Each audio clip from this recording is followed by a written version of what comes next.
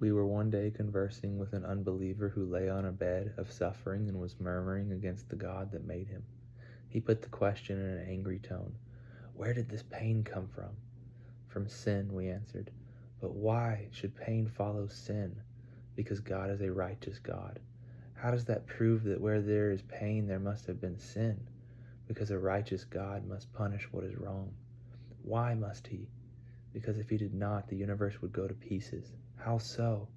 Just as a kingdom would go to wreck if the ruler did not punish evildoers, so the whole universe would go into disorder if God did not attach punishment to sin. The sufferer thought a little, and then admitted that this was right and that pain ought to be the consequence of sin, for the sake of preserving the universe in order and happiness. Again he asked, What do you mean by sacrifice, and why was it necessary? Because sin must be punished.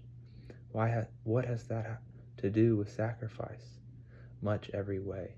Chiefly this, that sacrifice is punishment, the punishment of one instead of another, for it is impossible that there can be sin without punishment. But is that just, he said? Quite just. If he who is to bear the punishment undertakes it of his own free will and is not compelled. How so? In this way. If you were in debt and I were compelled to pay your debts, there would be a great injustice. But if I came forward and did it willingly, there would be no injustice to anyone, and the law would be maintained.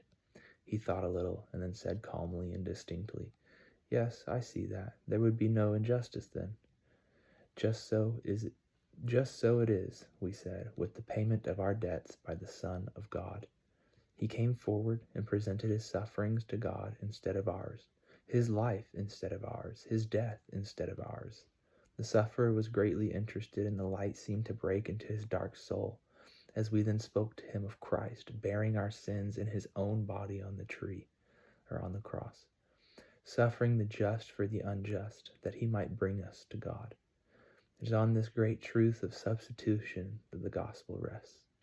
For without this work of sin-bearing by the Son of God, there could be no gospel to the sinner.